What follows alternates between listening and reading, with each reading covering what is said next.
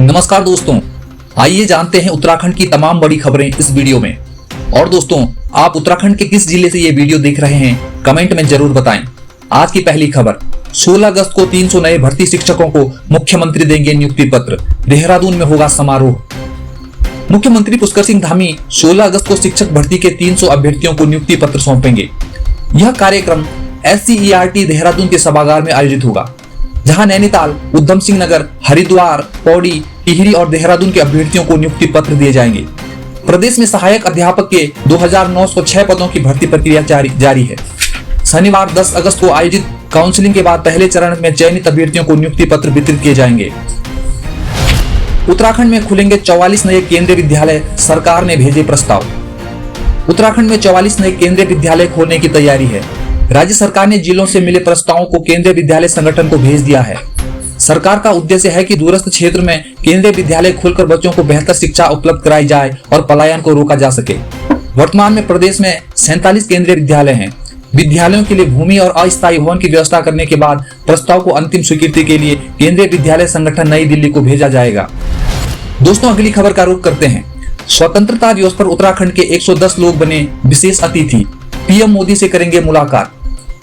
78वें स्वतंत्रता दिवस पर उत्तराखंड के विभिन्न योजनाओं के लाभार्थी और उल्लेखनीय कार्य करने वाले 110 लोग विशेष अतिथि के रूप में लाल किले पर आयोजित समारोह में भाग लेंगे। इनमें प्रधानमंत्री आवास योजना, लखपति दीदी योजना, राष्ट्रीय ग्रामीण आजीविका मिशन के लाभार्थी, आंगनवाड़ी कार्यकर्ती, ANM आशा कार्यकर्ती और सीमा सड़क संगठन के कर्मचारी शामिल हैं। ये सभी प्रधानमंत्री नरेंद्र मोदी से मुलाकात करेंगे और स्वतंत्रता दिवस समारोह का हिस्सा बनेंगे। समाज कल्याण योजना के सोशल ऑडिट में उत्तराखंड सबसे आगे। उत्तराखंड ने समाज कल्याण योजनाओं का सोशल ऑडिट करने में देश भर में पहला स्थान हासिल किया है। केंद्र सरकार ने राज्य को पायलट प्रोजेक्ट के तहत 46 आदर्श गांव, नशा मुक्ति केंद्र, वृद्धाश्रम और आवासीय विद्यालयों का सोशल ऑडिट सौंपा था। उत्तराखंड सामाजिक अंकेक्षण अभिकरण USATA ने इस जिम्मेदारी को समय पर पूरा कर लिया है। ऑडिट का उद्देश्य समाज कल्याण योजनाओं के क्रियान्वयन में पारदर्शिता सुनिश्चित करना और पात्र लाभार्थियों को योजना का लाभ पहुंचाना था। केंद्र सरकार द्वारा 21 लाख रुपए की राशि आदर्श गांव के लिए दी जाती है, जो मूलभूत सुविधाओं के विकास पर खर्च की जाती है। चलिए दोस्तों, बढ़ते हैं अगली खबर की ओर। रुड़की ने NIRF रैंकिंग में फिर बनाई जगह, देश के टॉप 10 संस्थानों में शामिल। उत्तराखंड के IIT रुड़की ने एक बार फिर से NIRF इंडिया रैंकिंग 2024 में टॉप 10 में जगह बनाई है। इस बार इसे 8वीं रैंक मिली है, जबकि पिछले साल यह 7वें स्थान पर था।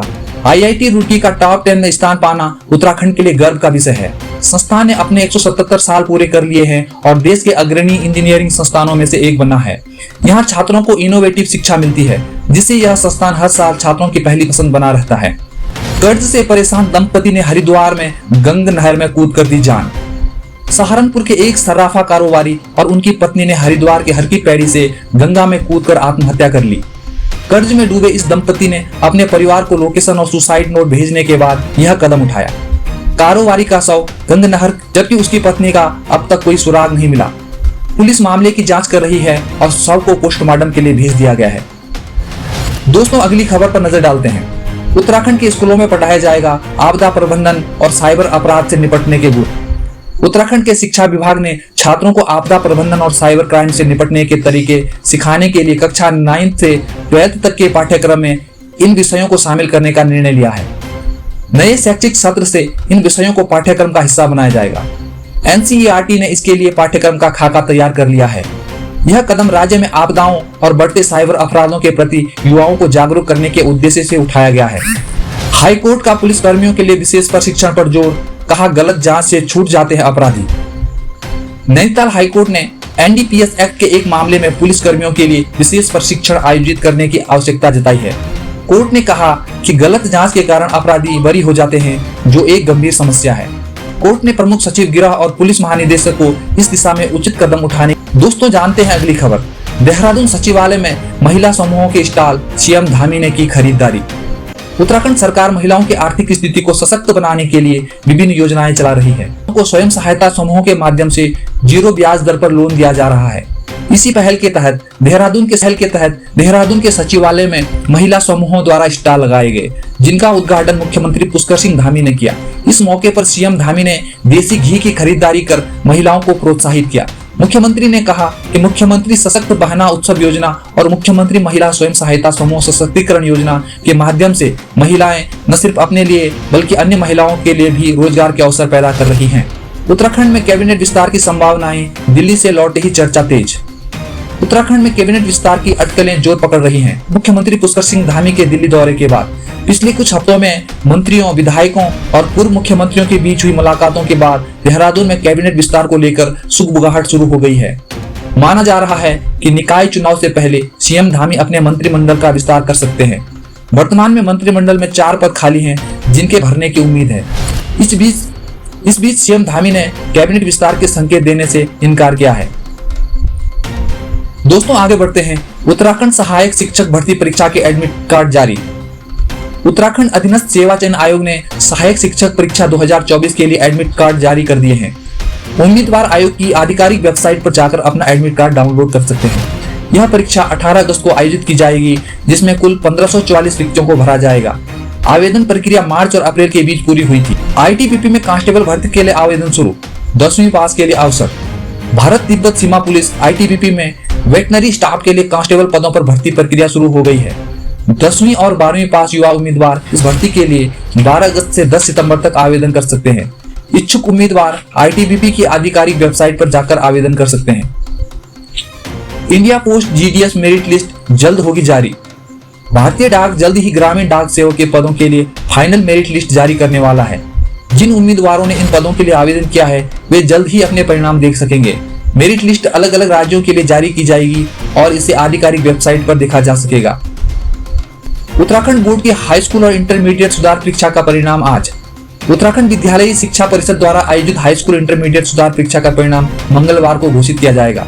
इस परीक्षा में 10वीं और 12वीं के कुल 21,887 परीक्षार्थी शामिल हुए थे।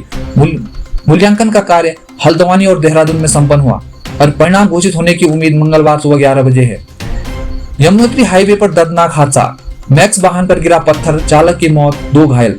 यमुनोत्री हाईवे पर सोमवार सुबह ओछा बैंड के पास एक बड़ा हादसा हुआ, जब एक मैक्स वाहन पर अचानक पहाड़ी से पत्थर गिर गया।